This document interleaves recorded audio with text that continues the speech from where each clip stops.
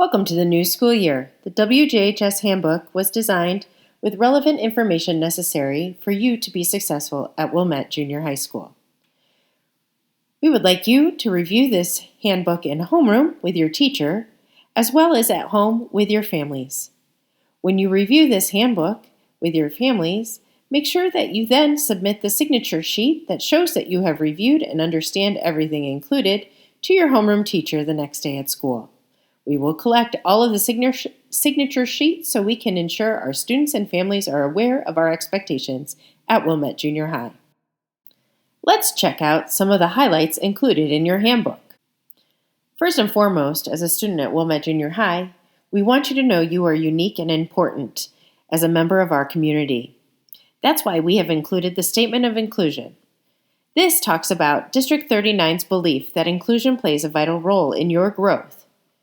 We are committed to providing you a safe and equitable learning environment that fosters a mindset of empathy, respect, and belonging for all of our students and staff. We respect you, and we want you to have a safe, respectful, inclusive community without hate, derogatory speech, or actions. These things will not be tolerated. We, as wolves and members of the District 39 community, must be upstanders and be resolute against any types of hate. As you check out our expectations for behavior, you will see that as a part of the Wolves community, you are committed to ensuring that all students feel safe to learn, responsible for creating a positive environment full of school pride, respectful of themselves and others, and inclusive of all of the community. Being safe means you keep yourself and others out of danger. Being responsible means you take care of yourself, others, and your school. Being respectful means you treat yourself and others with kind words and actions. And being inclusive means you act in a way that helps all members of the community feel they belong. We do know that there are times that you make mistakes, and you don't meet our expectations for safe, responsible, respectful, inclusive behavior. You might run in the halls. You might be tardy to class. You might be disrespectful to an adult or use profanity, or you might not allow someone to sit at your lunch table. If these things happen, you'll receive a conduct form. If you receive a conduct form, there will be a discussion with a staff member who gives it to you, and you will be asked to think about your behavior in that conversation. Your parents will receive notification of every conduct form you receive. Starting at 3 conduct forms, there will be a meeting with your GLAD, and a plan will be created with how you will improve your behavior now that it has become a pattern. The discussion and reflection will take place during a lunch detention and will also be shared with your families. You will have a lunch detention for every conduct form from the 3rd on, and you may have Friday detentions if the pattern of behavior continues. If you receive an excessive amount of conduct forms, like 6, 7, 8, 9, or 10, or more, you may lose privileges such as extracurricular activities, field trips, or fun end-of-the-year things.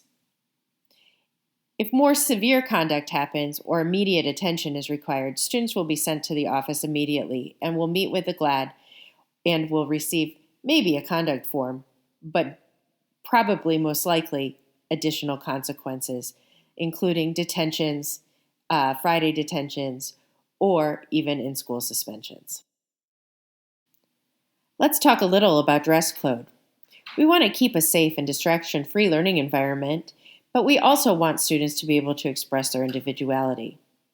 We want an inclusive environment where clothing allows for differences, but we want to prevent offensive or violent images, language, speech, or references. For that reason, everything must be worn in a way that private body parts, including midriffs, are covered with opaque material and allows for full participation in school activities without accidental exposure. You must wear a shirt or something on top, bottoms, skirts, pants, shorts, and shoes. You may not wear clothes displaying violent language or images, clothing referencing drugs, alcohol, or sexual content, clothes displaying hate speech or profanity, hats or headgear, including hoods, unless it is for religious reasons or outdoor activities.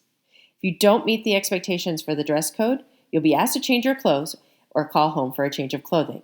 And if it becomes a recurring problem, then you will have a conduct form and possibly detention. Smartwatches, like phones, should be powered off during the day. Phones should be powered off and in your lockers, and you may wear your smartwatch as long as it is powered off and not a distraction to the learning environment. If you have a phone or a watch that is distracting to a classroom environment, the teacher will take your watch or your phone and bring it to the main office, where you can pick it up at the end of the school day. Bullying and teasing are not tolerated in any District 39 school.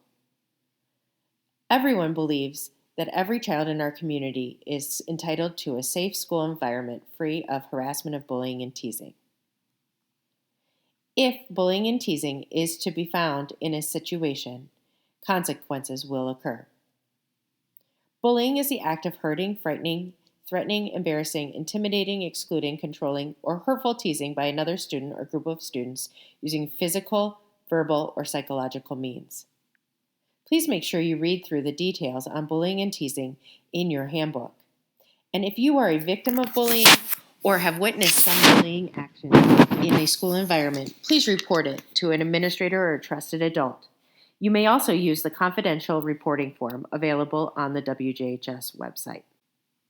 Student conduct should reflect consideration and respect for the rights and privileges of others in the school and in the community around the school. Students are expected to cooperate with all members of the school community according to the expectations of safe, responsible, respectful, and inclusive behavior, as earlier explained. High personal standards of courtesy, honesty, and respect for property are expected of all students. At times, higher-level disciplinary actions occur. School employees must exercise judgment when applying disciplinary measures. The aim of any disciplinary measure is to develop in students the ability to make better choices in the future. Adherence to the code of safe, responsible, respectful, and inclusive behavior is mandatory for students in school. Conduct that interferes with any of these or school purposes or educational functions will not be tolerated. School Board Policy 7190 outlines student behavior and discipline measures that could be taken in the event of a disciplinary need. It explicitly states the prohibited behaviors as well as potential consequences. Behaviors such as use of substances, including but not limited to e-cigarettes, as well as caffeine powders, alcoholic beverages, regular nicotine materials, and other illegal substances are prohibited.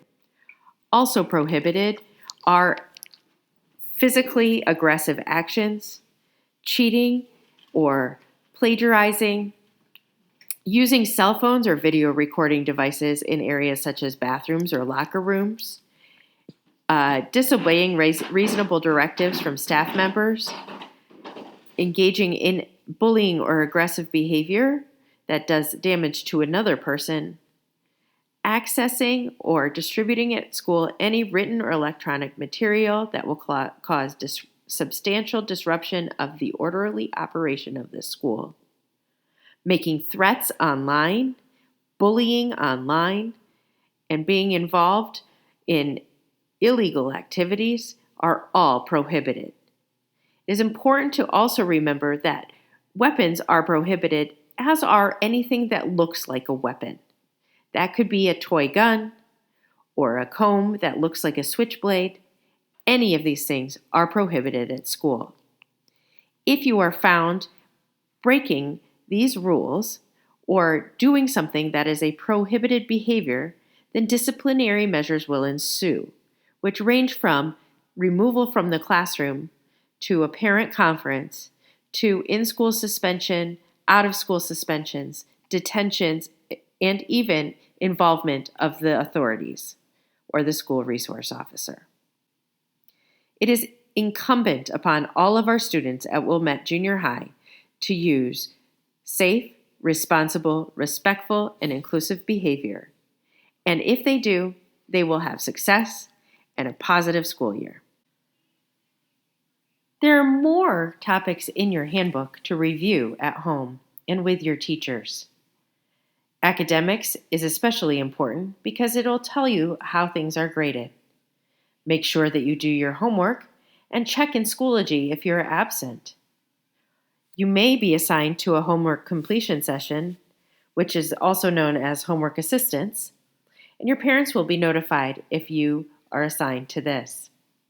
Make sure you know the time that school starts at 8:25 and when school ends at 3:10.